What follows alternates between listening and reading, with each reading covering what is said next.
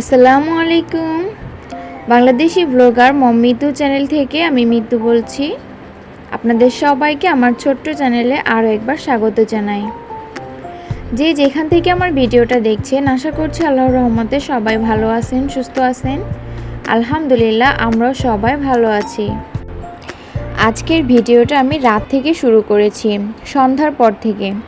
সন্ধ্যার নাস্তায় পুরি এনেছিল আর ডাল, তো সেটা একটু প্লেটে সাজিয়ে নিলাম আর আপনাদের সঙ্গে শেয়ার করলাম।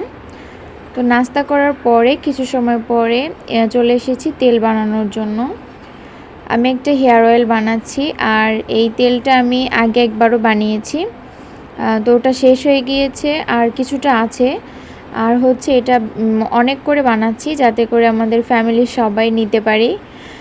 আসলে সবার এত পরিমাণে চুল পড়ে যাচ্ছে, তবে এখনও পর্যন্ত ভালো করে বুঝতে পারছি না। চুলটা ঘন হয়েছে, তবে চুল পড়াটা বন্ধ হয়নি এখনও।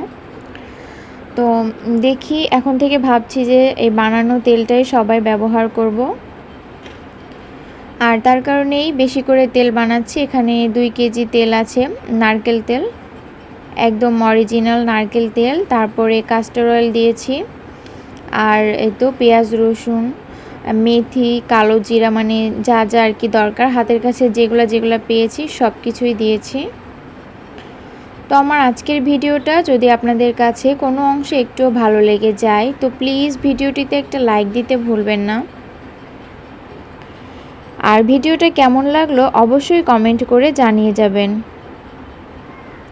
যদি অনেক বেশি ভালো লেগে যায় তো ফ্রেন্ডস আর ফ্যামিলির সঙ্গে শেয়ার করতে ভুলবেন না। আর যারা নতুন আসছেন চ্যানেলটা এখনও সাবস্ক্রাইব করেননি, তারা প্লিজ চ্যানেলটা সাবস্ক্রাইব করে আমার পাশে থাকবেন। যে সকল আপু ভাইয়ারা সাবস্ক্রাইব করেছেন তাদেরকে মন থেকে অসংখ্য ধন্যবাদ। এই তো দেখুন, আমি তেলের ভিতরে সব উপকরণগুলো দিয়ে দিয়েছি। তারপরে জবা ফুল, গোলাপ ফুলও আনা হয়েছিল, তো সেগুলোও দিয়ে দিয়েছি। দিয়ে এটা আমি প্রায় 20 মিনিটের মতো জাল করে নিয়েছি। আর তেলটা একদম কালো হয়ে গিয়েছে। আসলে হাতে বানানো তেলটা এরকমই হয়। তেলটা কেমন হয়েছে দেখুন, অনেকখানি তেলই হয়েছে। আর এই তো তেলটাকে একদম নিংড়ে নিয়েছি যাতে করে কোনো ময়লা না থাকে। সুন্দর করে কাপড়ে ছেঁকে নিয়েছি, সুতি নরম কাপড়।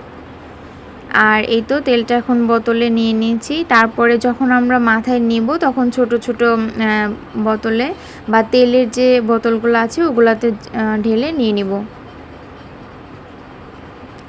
আর এই তো দুপুরের রান্নাবান্না আপনাদের সঙ্গে একটু শেয়ার করছি। আমার ভিডিওটা আজকে খুবই ছোট একটা ভিডিও নিয়ে এসেছি।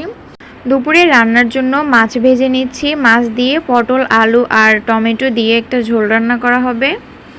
আর একটা ভাজিও করেছি, তো সেটা আপনাদের সঙ্গে আর শেয়ার করতে পারিনি। আর এই তো তরকারিটা। কিছুদিন হলো এত পরিমাণে ব্যস্ত থাকছি যে নিজের খাওয়া দাওয়া তো ঠিক থাকছেই না। তারপরও দেখা যায় যখন একটু ভিডিও শ্যুট করতে পারি, তবে ভিডিও এডিটিং করা, ভয়েস দেওয়া, তারপরে শিডিউল দিয়ে রাখা, বা আমি যে কোন দিন ভিডিও দেই সেই দিনটাই আসলে ভুলে যাচ্ছি। দেখছি যে এই তো রবিবার চলে আসছে অথচ আমি ভিডিও দেইনি। তো এরকম একটা অবস্থা, খুবই ব্যস্তময় সময় পার করছি। আসলে আমি অনেক চেষ্টা করছি ব্যস্ততা কাটানোর জন্য, জানি না এটা কবে ঠিক হবে। ব্যস্ততার মধ্য দিয়ে এখন যাচ্ছি খুব। তো আপনাদের কাছে আমার ছোট ভিডিওটা কেমন লাগলো সেটা কমেন্ট করে জানাবেন। আর এই তো আমি অনেকগুলো জামা কাপড় ধুয়েছি, বেশ অনেকগুলো, আমার অনেক কষ্ট হয়েছে। তো জামা কাপড়গুলো এখন ছাদে মেলতে এসেছি। আর বৃষ্টি তো হচ্ছে, এই বৃষ্টি এই রোদ, তার মাঝে হঠাৎ করে ছাদে আসতে হয়। আবার দেখা যায় যখন বৃষ্টি চলে যায় তখন আবার ছাদে রোদে দিতে হয় কাপড়। এই তো এগুলাই করছি। বাসায় এসে এখন পুরো রুমটা ঝাড় দিয়ে মুছে নিব। তারপরে দেখলাম যে উপরে এত পরিমাণে ঝোল হয়েছে, ময়লা, তো ময়লাগুলো একটু ঝাড়ু দিয়ে যতখানি পারি করে নিচ্ছি।